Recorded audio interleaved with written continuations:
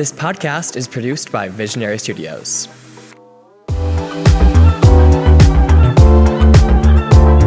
Hi everyone, I'm Mitchell Rail. And I'm Wade Clausen. And welcome back to Let's Unpack That. So today we are joined by someone who was on the podcast a few months ago, and I'm so excited to have him back. Welcome, Noa Taieb. Welcome back to Let's Unpack That. How are you doing? How's everything been going? Hi, I'm great. Thank you so much for having me again. This is my safe space now. Yes. It's just another therapy appointment for Noah. Oh, no. One thing that we didn't get to talk about in your first episode was semester at sea, which is something that both me and Noah have done. I believe you did it in 2017. Is that correct? Yeah, correct. Fall 2017. Okay, so you were fall 17. I was spring 2020. So semester at sea is something that I think, especially recently with social media, that a lot of people have heard about to some degree. Like they see it on TikTok or they see it in a YouTuber's vlog. But it really is like the ultimate study abroad program. For those of you that maybe aren't familiar with it, Semester at Sea is a study abroad program that takes place on a cruise ship, and you take classes on the ship, and then you go from anywhere from like 11 to 13 countries, and you get to spend a handful of days in each one and do whatever you want in each country. It's really like the ultimate opportunity to see so many like can't miss locations around the globe. So it really is an incredible program. Obviously, it's expensive, but if it's something that you are able to do, I cannot recommend it enough. They do have saver cabins and like scholarships, which I took advantage of, but it really is a great time. But for you, Noah, how did you find out about Semester at Sea, and what kind of made you want to do it? So I think I was finishing up my sophomore year. I went to school at UC Berkeley, so in the Bay Area. And my roommate and I really wanted to study abroad. We were both international students. She was from Ghana, and I'm from France. And we went to this study abroad fair in Berkeley to try and figure out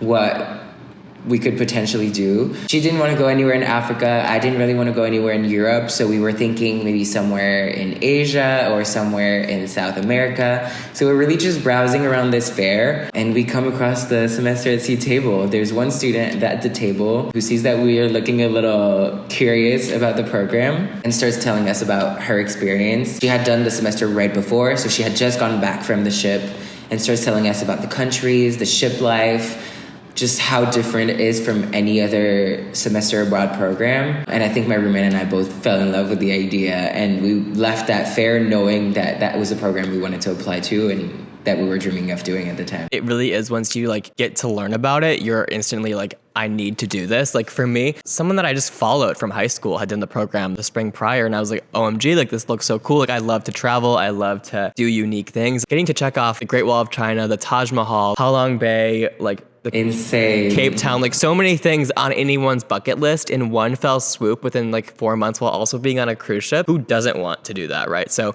I used my college savings. I like did everything that I could to make it happen, got the saver cabin, and honestly met so many incredible people like just before I even got on the ship. Like it really is such a cool community. What would you say for you, Noah, as you were kind of prepping for a semester at sea? What was your preparation process like? Obviously like a 4-month trip with limited things is not something that everyone does every day. I mean, honestly, and the same way prepping for the trip or choosing to do semester at sea didn't feel as different for me as an international student as doing any other study abroad program. I was still like, I'm gonna have to pay a lot of money for this either way because I'm an international student and our tuition is disgusting. I'm going to have to pack my life in a suitcase for the semester just like I do every semester. So really, like, the idea was like, I'm just not going to unpack my suitcase this time. I'm building it the same way, bringing the same things around, and I'm just planning to go in different countries, which felt insane and just so unreal. But yeah, the prepping was really interesting. The roommate that I was supposed to go on the trip with, I think her visa didn't work out, or there was something that just made that she couldn't go on the trip. And I had a moment like a few months before the semester started where I was like, do I even still go? Is that like, do you mind if I still go? It seems like an incredible experience. And she was the best. She was like, you have to go. I knew we wanted to do it together, but don't let that stop you. And you'll tell me everything about it. So kind of a bittersweet moment prepping for that trip right next to my roommate and getting ready to embark the ship and connecting with people on the Facebook group prior to leaving. without her, but I still think it was the best decision. I'm super grateful that she had that mindset and pushed me to do it anyway. But semester at sea, do you get to pick where you go? Is it like multiple different ships, or is it like 1 year we're going to this place? Yeah, so there's like one ship. For us, it was the MV World Odyssey. They like put out the itinerary for each voyage. So there's like a fall voyage and a spring voyage every year. Usually like it tends to be kind of the same route. It just depends on which way you go. In the past, it was you would start or end in America and then start or end in like Amsterdam. But now they only go in Europe. They don't go in America anymore. Mine was the last voyage that started in America. Oh, I didn't know that. Yeah. They always have a predetermined itinerary. It just depends on the voyage. Some of them have different themes. Some of them may be Europe focused. Some of them may be more Asian focused. It really just depends. Okay. What were your countries for your voyage, Noah? Yeah, so I did the fall voyage. So we start from Europe and ended in America. So we started in Germany. We went around Europe all the way to Spain. We did Valencia and Barcelona. And then down the west coast of Africa, we did Ghana, down to South Africa. Then we were supposed to stop in Mauritius, but didn't end up stopping there. So straight up to India. Then we did Myanmar or Burma. We did Vietnam, up the coast of China. Then we did Japan, Hawaii, and then all the way across the Pacific. And we ended in San Diego. Wow. And I think you had a similar trip, just the other way around, right? Yeah, my plan before COVID got in the way was I was gonna start. We left from Mexico, Hawaii, then Japan, China, Vietnam, Malaysia, India, Mauritius, and then South Africa, Ghana, Morocco. I'm missing things. It was 11 countries. I've honestly blanked on what they were because we didn't go to them. And which one was both of your favorite? I think my all-around favorite country was probably South Africa. Okay. I sadly was only able to be there for 1 day just because of how my voyage ended up, and we can talk about that a little later on. And I think my favorite overall was probably Vietnam or Japan. Okay. Let's talk a little bit about ship life before we get into the countries. So obviously you're spending a lot of time on the ship, and at least for me, like a lot of that time on the ship was very disconnected from the outside world, very limited connection. So Noah, do you want to tell people a little bit about what your ship life experience was like and trying to communicate with people back home? So just to give a little bit of context, we're still doing school. So whenever we're on the ship in between countries is basically our weekdays. So that's when we have school. And then whenever we're at a port, we don't have school, and that's like our weekend. So when we're on the ship, we're all in classes every day, and you don't have internet. We have like an intranet network where you can communicate on I think it's 1 or 3 websites. So you can send C-mail to each other on the ship and limited emails to people outside the ship. So the internet connection is really was the scariest part for us as college students coming up on an international travel. I honestly didn't mind it that much. I did most of my communication with my best friend at the time and my parents through email, and I think that just helped us disconnect a little bit from the outside world more and really focus on the connections we're building on the ship. I think that's one of the most unique things about Semester at Sea. You already said the word community.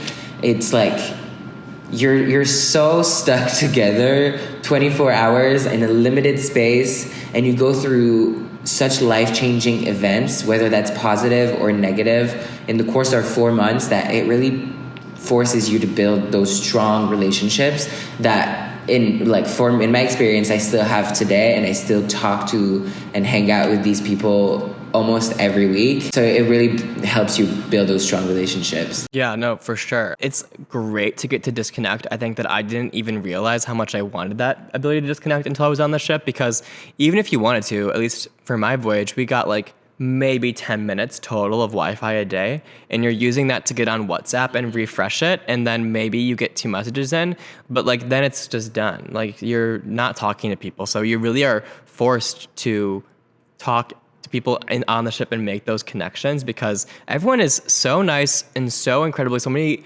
great people to just meet and connect with and almost network with. One thing about ship culture that I just honestly just came back to me is like ship families. Did you guys have that for your voyage? Yeah. There were 4 ship families, right? Or is there more? There was some ship families, but for me, we did this thing where it was like there was like a lifelong. Oh wait, no, I remember. Sorry, I'm mixing up the ship C's and the ship families. Yes, okay. I had a ship family. Yeah, so yes, I remember that. Yeah, so they had like a lifelong learner, and like what lifelong learners are is they're people that are maybe in their 40s, 50s, 60s, maybe even older, and they just want to go on the ship and they'll take some classes maybe and really just travel the world with us. But then some of these lifelong learners will like volunteer to be like a ship parent to you. And so they'll put together like a little family where them and maybe like 5 other kids that are on the ship. And then you get to like get dinner together. My ship mom, I don't remember what her name was, but she is an actress on the show Marvelous Miss Maisel on Amazon Prime. Really? And so like she... No way. Yeah. So she had all these screeners for movies. So we would have movie nights in her room. She had the exclusive. Yeah. It was just cool. And to like hear about her career and stuff was really fun. But like those are the type of people that are on the ship. It's these people that have like such incredible life experiences, such like accomplished careers, and they're just like casually here. And it's like, what is this? Like, especially for someone coming from the Midwest, it's like, what is this world? Like, what am I walking into? Do you have any memories with your ship family? Yes, I think my ship family was interesting because we had 2 lifelong learners and their daughter that was in the ship family. So it really felt like we were joining their family. It was only like 2 or 3 students with them. And we would grab dinner like every other week. We would prep for every port or every country together. And they had been on semester at sea before. Like their daughter had been going almost every year on semester at sea and just does high school remotely. The idea of the ship family really helps bring that sense of security and safety onto an environment that can feel really new. And they really made that so much easier. I don't know about you, Noah, but we had wine nights on the top of the ship. We could only get 2 glasses of wine. And we were going through some serious trauma. Maybe I'll like get into that 2 after glasses? this. 2 glasses. Only? 2 glasses. People would be like selling their like drink tickets. It was a whole thing. What? There's this whole economy going on the sea. Well, I don't know. Sometimes you just have going through so much emotional trauma. You're like, I need to drink like 5 glasses of wine right now. Is alcohol limited on the ship? People would sneak alcohol onto the ship. Okay. And there was like a drunk tank on the ship where if you were drunk, you'd have to like go to the lower floor and like it's like a jail cell, but it's like a room, but you'd have to just go in there. Or you could be kicked off the ship. Wait, did you ever have to go? No, I'm not that crazy, Noah. Were you in the drunk tank? No, I wasn't. They're like very stern though about doing drugs. And so if people came back from port doing drugs, they would literally drug test them. And then if they were positive, they would be sent home. Wow. Full transparency, you're paying up $30,000 plus for this. If you're going to go home over... a little bit of marijuana. It's always like a whole storyline of who's getting kicked off next, and like it was such that drama. Sounds like a show. It was such drama. Like or if like someone was about to be kicked off, giving their farewells to all of their sea bays, the people that you like fall in love with on the ship. And it is dramatic. It is dramatic. Someone leaving, someone like coming back, like.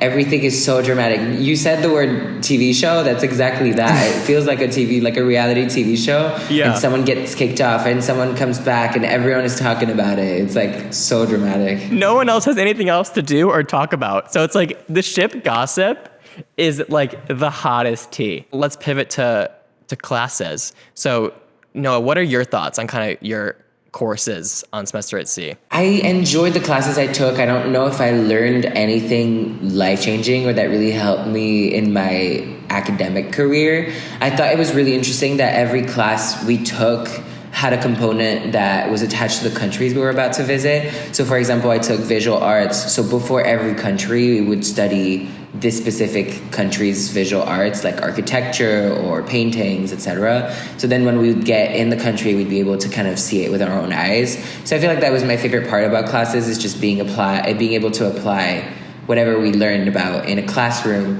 in person. But other than that, I don't know. The curriculum wasn't what I obviously went on the ship for. I took, I think, a finance class. I took arts.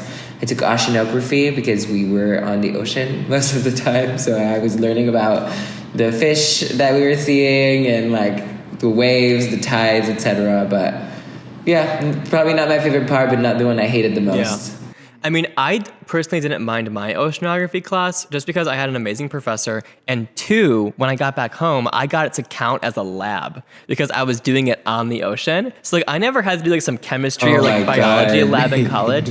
I just took oceanography in a movie theater on the ocean and I counted it as like a chemistry lab because it was on the ocean. Well, some of us had to take chemistry and biology. Otherwise, I also took a marketing class. I took an international media class and global studies. I took 12 credits. Most people take 12 credits on the ship. And everyone on the ship takes global studies. For all in general, I do think that a lot of people, at least on my voyage, kind of the mentality was like, these classes shouldn't be too hard because I'm here to go and like, we're all here to go and travel. So like, just give me like something easy. I think everyone like didn't want to put a ton of effort into the classes. It's kind of what I felt the overall sentiment was. And so like, if a teacher was like really trying to like act like we were at like Yale or something, I'm like, no, girl, we're here on a cruise ship. We're here to just go around the world. And so global studies, I think you said as well, Noah, that you had to take this on your voyage, but everyone takes it. Yeah. And for me, for my voyage, we had 3 professors, and one of them taught oceanography, one of them taught like capitalism or like consumerism, and then another one was something else. I don't remember, but these 3 topics, they would like randomly do them. Like it'd be like one day's oceanography, one day's consumerism, one day's something else, one day's like there was no like cohesiveness, and we had it every day. It was the only class that you had every day. And so it's like honestly the hardest class I've ever taken in my life. And these exams I've never studied harder ever. There's no way to like learn it because it's like it's something, there's like no connective tissue and it's like just so random. I feel like it's always the ones that are look the most simple that you study the hardest for, because I had this one film class that I studied my ass off for, and it was like simple things, but the tests were not. So I kind of get that. Like everyone was so stressed and they would like yell at us. Like we had one final and we all failed it. I think everyone on the ship literally failed it because no one knew what was going on in this class. And so they were like, if you guys don't do better on the next one, we're gonna fail you all. So what happens when you fail? You just get an F, and then like that's just you don't bad. get kicked off. No, it's just bad. No one wants an F. I think I ended up with a B+ in the class, and I was like, oh my god, I'm so proud. I guess I'll like kind of tell a little bit about like the COVID impact on my voyage. I mean, because before you go on semester at sea, you plan 12 different vacations because you're going into all of these countries, and you have all of your stuff booked. You have all these cool experiences booked. And so for my voyage, we leave from San Diego, go to Hawaii for 1 day, then another week on the ship to Japan. As we're arriving to Japan, people on the outside, like parents and stuff, were starting to be like, there's this like weird sickness in China, which was our next country after Japan. Like maybe like you don't want to go. And we were like, but we have like, I wanted to go play with the pandas. You know, I was gonna go to the panda conservatory. Like it's so fun. Aww. And we get off the ship and we get an email the day that we're in country. And they're like, we're not going to China anymore. We have like new intel from the country that we shouldn't go. And so we were going to divert and go to Vietnam instead. And so we got back on the ship and everyone's like kind of sad, but like, hey, trying to be positive. I always try to be positive in these situations. Like, you know, it's okay. Like we still have all these other countries.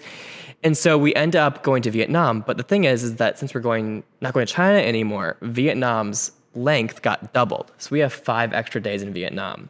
And so all 600 people on the ship have to plan 5 days of a vacation off of the 4 computers that have internet. Just imagine lines of people like trying to book stuff. It all worked out. We got there, it was fine, and like it was a beautiful time.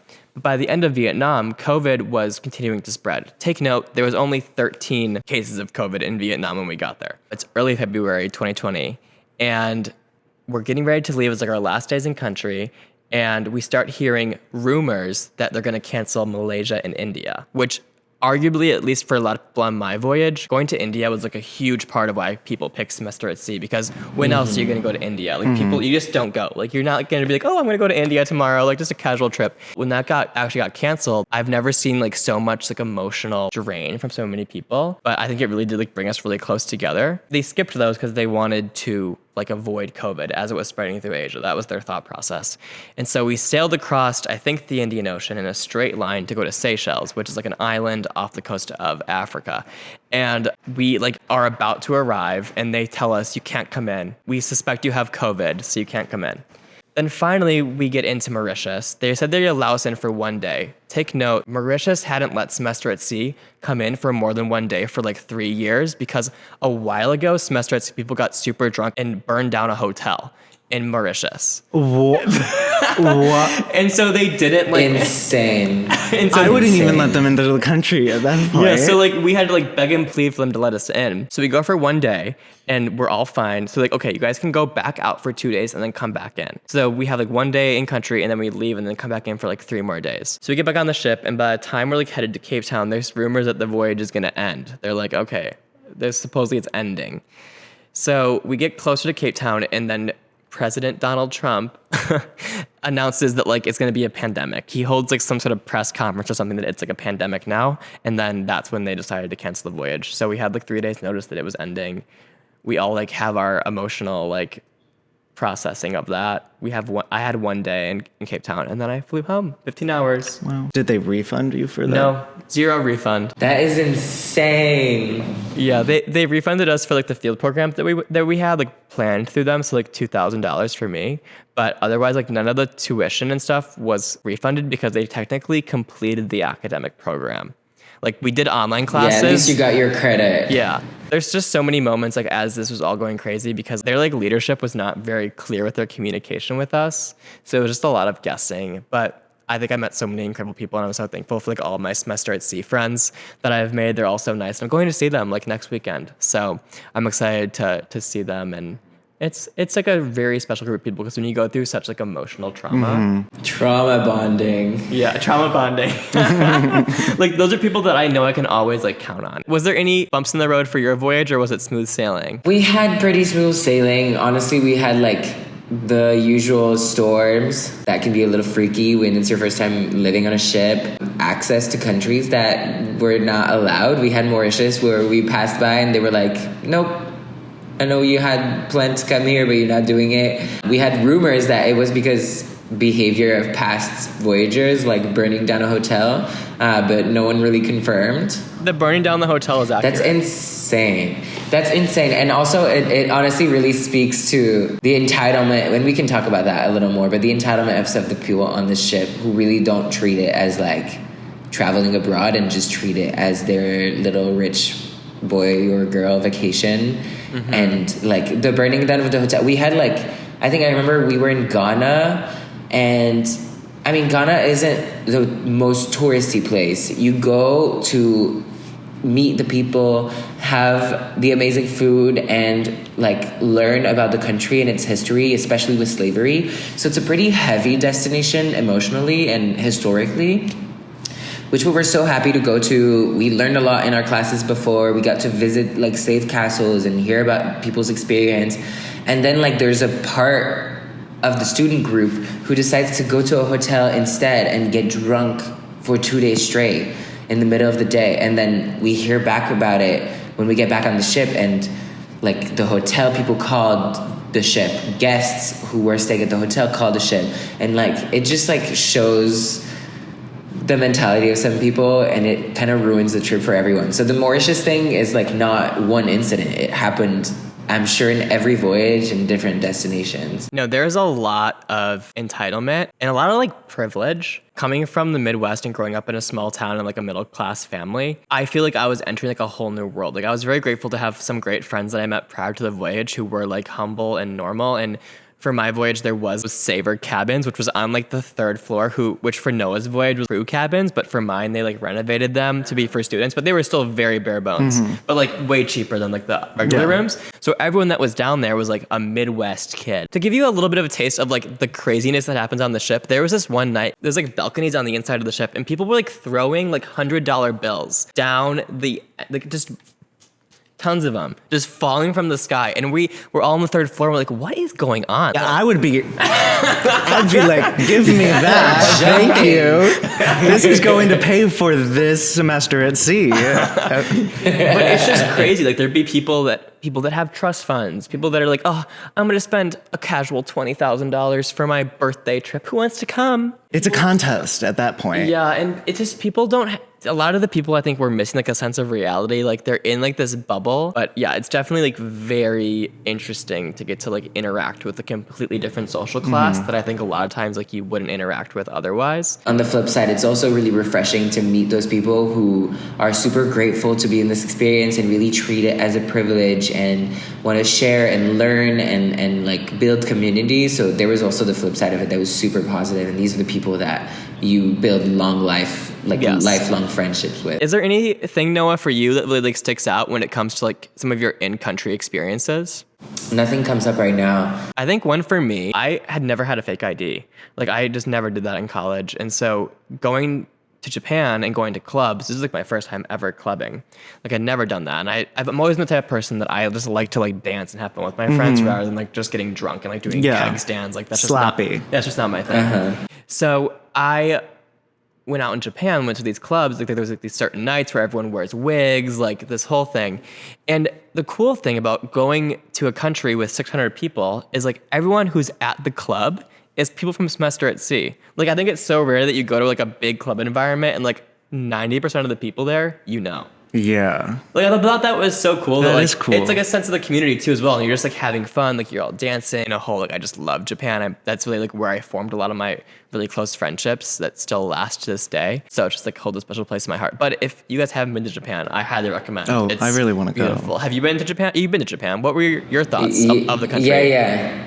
I love Japan so much. I think the ship docked in Kobe, and then we, like our small group, traveled around to Kyoto and Tokyo. I love Japan. The food, the people, the culture, the landscapes, like everything is so incredible. It's definitely one of the places that I want to go back to. I think I had one of the scariest like nights out experiences in Japan because I was out in Tokyo, which is I think 2 or 3 hours away from where the ship was docked, and 2 girls from the ship, exactly same experience as you. Like you go out and you're 2 or 3 hours from the ship, so you also are in a random city with random people that you've never met in a language that you don't speak. So seeing familiar faces from the ship is really like just mind-boggling and also super reassuring. But that one night we were out in the clubs in Tokyo, these 2 girls got really, really drunk to the point where they were like falling over on the street, like hitting their heads on the curb. And I was like tipsy, and my savior complex just kicked in, and I was like, I'm gonna take them back to the ship. So I took these 2 girls alone. Did you get on the bullet train? Yeah, I took a train at I don't know what time in the morning, and with these 2 drunk girls, and got on the ship and basically handed them into the medical department to our doctors. And then they didn't let me in because my passport was at my Airbnb in Tokyo.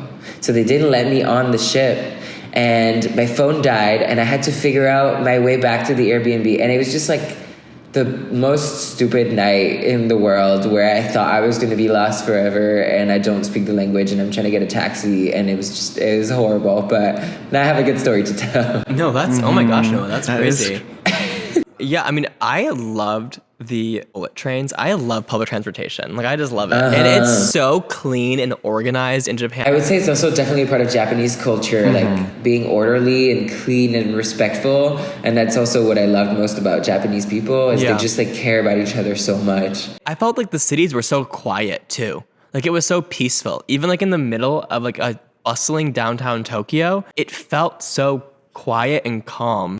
It honestly is a once-in-a-lifetime experience, and I can't encourage people enough. If you are able to do semester at sea or able to get a scholarship or something, do it. It's so fun. 100%, yeah. It's such an investment financially, and I had to move things around in my major to be able to do it and still graduate on time. but it's honestly so worth it. I always say I studied abroad already. Like, I went to school in the US, but semester at sea is still the most incredible semester I had and the one I learned the most and that I will never regret doing. Do it. Do it. If you can do it, make it happen. Noah, thank you so much for coming back today to do this.